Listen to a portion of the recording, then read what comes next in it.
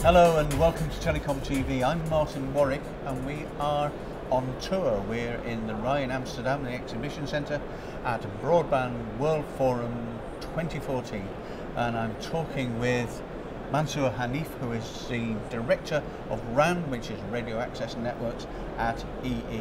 Thanks for coming in and talking to us. You're welcome. You've got rather a job on, haven't you? Several at the same time, I would Several say. big jobs going simultaneously. Yeah. You're trying to mesh together two networks. You're introducing 4G technology. It must be, I'm going to say, an interesting, in the Chinese curse style, an interesting time to be living in. It couldn't be more interesting, I think. In terms of telecoms as a whole, I think we're living in a very interesting time. If you look back compared to 10 years ago, it's a complete revolution. And in terms of what we're doing in EE, actually we're not just trying to integrate the networks, we're about 70% through. At the same time, we're rolling out 4G to ever greater parts of the British population. So we just hit 75% last week, which is incredibly fast compared to other rollouts of other technologies.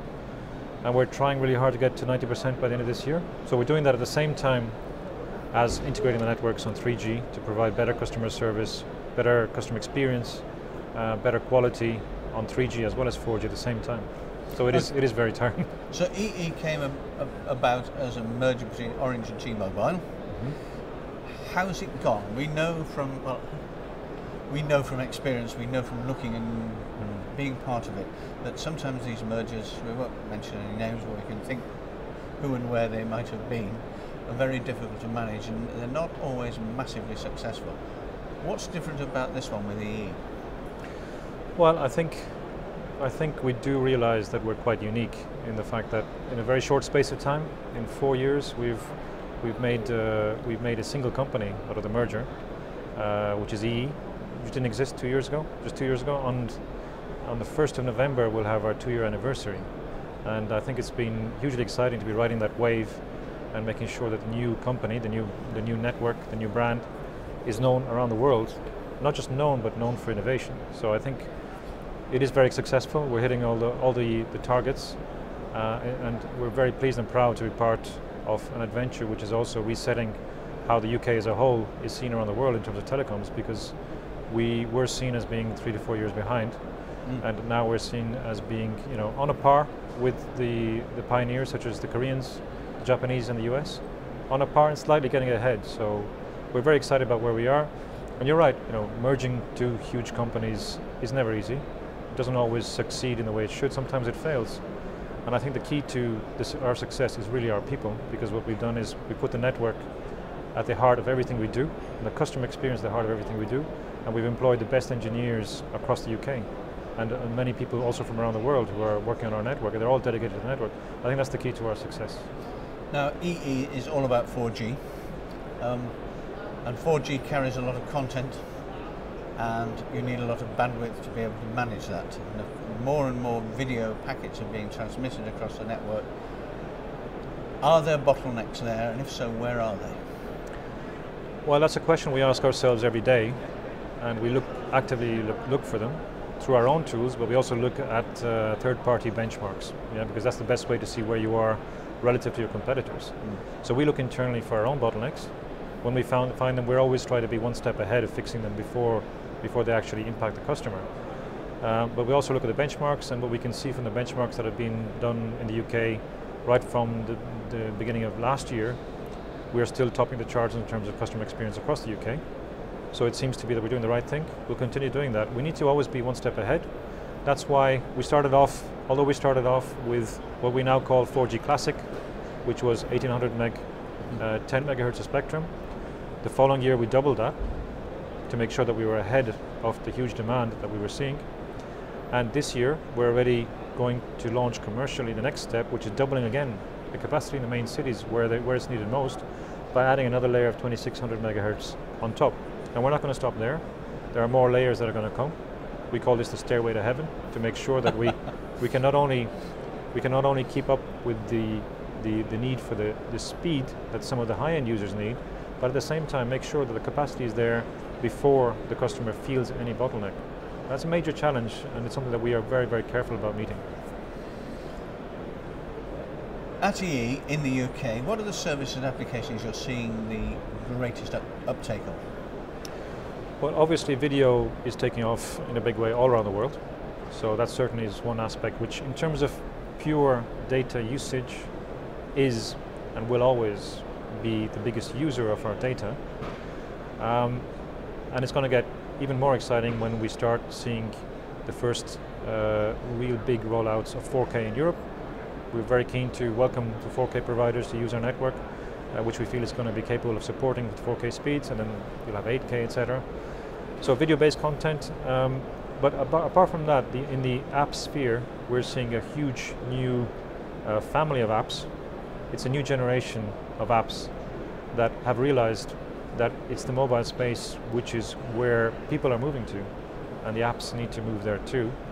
And they are actually now, what I find is that the most recent apps which are shaking the market in their relative domains, they've realized very early on that their whole business model depends on how good a network is that they link to. As much as the device, the network needs to be perfect. And it's a split-second thing. If the latency is off by 1 or 2 seconds in one network compared to another, or the speed isn't what it should be, or it's not as reliable, they lose business. It's part of their business model, and they're coming to us. They're actually doing their own benchmarking. They're ranking all the networks, and what this is basically is network differentiation. So we're seeing a big uplift from a lot of the app space, the app ecosystem, to look for the best network. The devices, some of the major device manufacturers have been doing that as well. Customer experience is really where it is. So in terms of our baseline business model is to offer the best customer experience for our users, and everybody's interested in being part of that ecosystem. Apart from that, I see a lot of, we recently launched ETV, for example. That's also linking, we also have a broadband offer as well, so we're linking that together with our mobile offer, so we're seeing a huge uptake on that. There's a huge amount of growth, I think 25% growth over the last couple of years. But also, we're looking at new applications of broadcast using eMBMS coming soon. I'm very keen to see the power of smart edge computing, putting together the SDN capabilities together with caching at the edge of the network. That's not something that's live now, but it's got a huge potential for generating new revenues in just 1 or 2 years. Thank you. Of course, with any operator these days, mobile or fixed line, there are disruptors, there are disruptive technologies, there are disruptive companies. Something that's happened pretty recently is Apple's moved to provide user-selectable SIMs in the new iPad Air. How do you think that is going to impact the relationship between the handset manufacturer and the service providers such as EE? That's a very good question, and we actually think of ourselves as disruptive in the networks field. We feel that we don't have the same attitude as perhaps some of the telcos of 10, 15 years ago.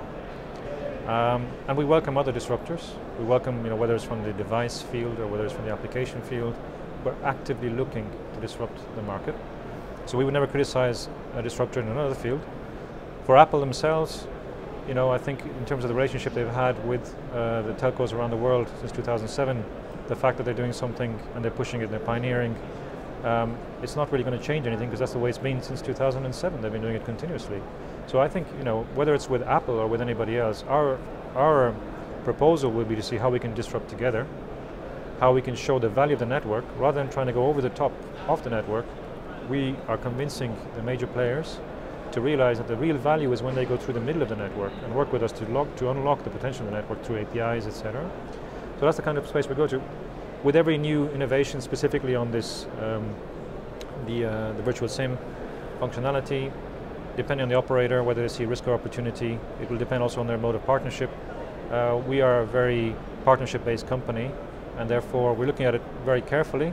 We're discussing with all the major players, and at the moment, there's nothing that we would say that we would block because we're afraid of being sidelined.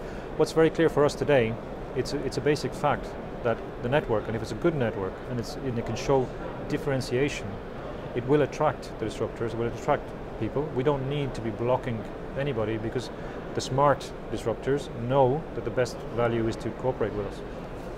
Thank you. What do you think the business, let me do it again.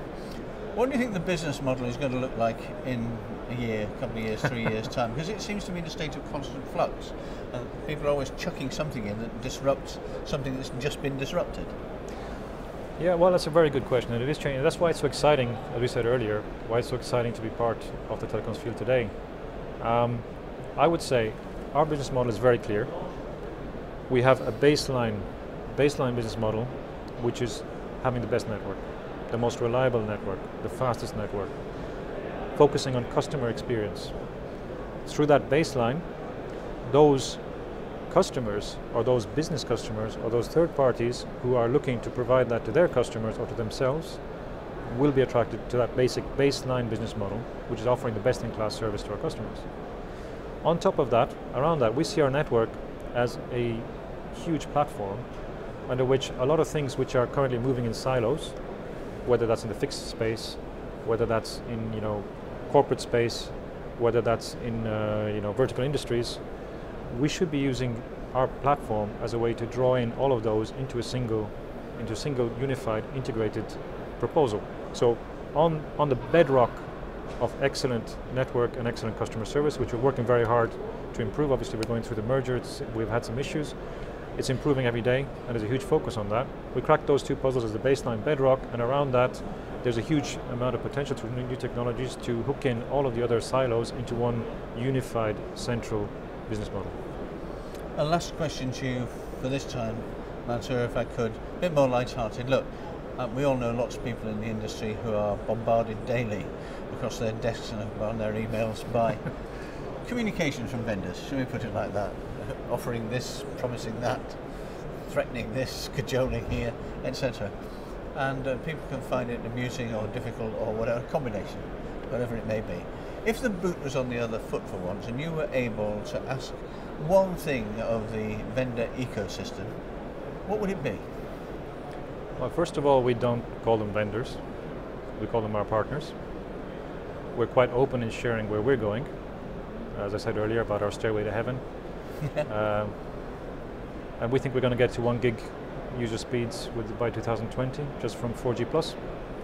So my request to our vendors is to take their finger out, our partners, as I would say, and be a bit more aggressive, to be a bit more upbeat, to be a bit more, I think they were being a bit lax, especially in Europe, and we're really, really pleased to see a really dynamic space opening up, starting from the UK, but across many countries in Europe now. We're really pleased to be driving that.